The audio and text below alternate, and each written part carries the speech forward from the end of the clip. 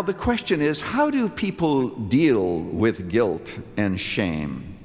If we don't deal with it biblically, what happens? Well, how do we manage these consequences?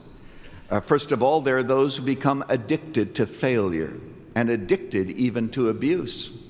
You find that abused women, if they were abused as children, they may indeed end up marrying an abuser. And you say, well, how can they do that?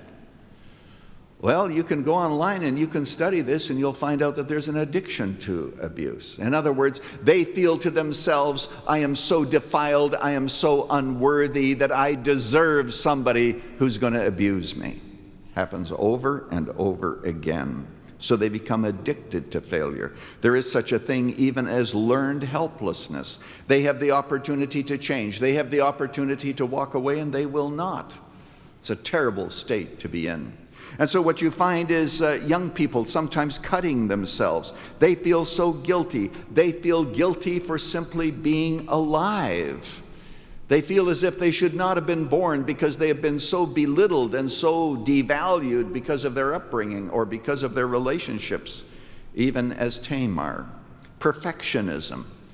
What happens now, the perfectionist wants everything absolutely perfect so that within him, within his hollowness and his fear of being exposed and as being seen as inadequate or being seen, figuratively speaking, as naked, everything has to be perfected, but at the same time, never happy with everything. And so on the cycle goes. And then what you have is paranoia. You know, a paranoid person, and then you have those extreme examples of paranoia, but you also have paranoia oftentimes in the most natural relationships you discover it. Because you see, the paranoid person is saying to himself, I expect to be betrayed. And if you criticize me, I assume that you're an enemy and your intention is to betray you, and you're actually connected with other individuals, and all of you are setting out to destroy me. All of that because of the feeling of being empty or being seen as less than we want people to see us. And as a result of that, goes into paranoia.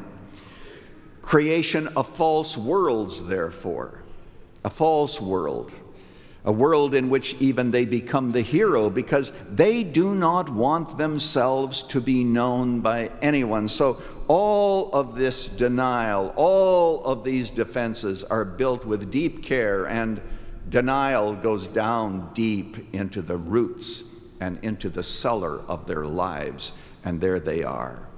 I'm praying today that God will enable all of us to put down our defenses and to allow His grace to bring healing that no other relationship can really do. And then what you have is the power addict, the control freak. What he is doing is he's making sure that there will be no further shaming in his life. And so he wants to make sure that if he can control his environment, if he can control other people, then indeed he will be satisfied and never be shamed again.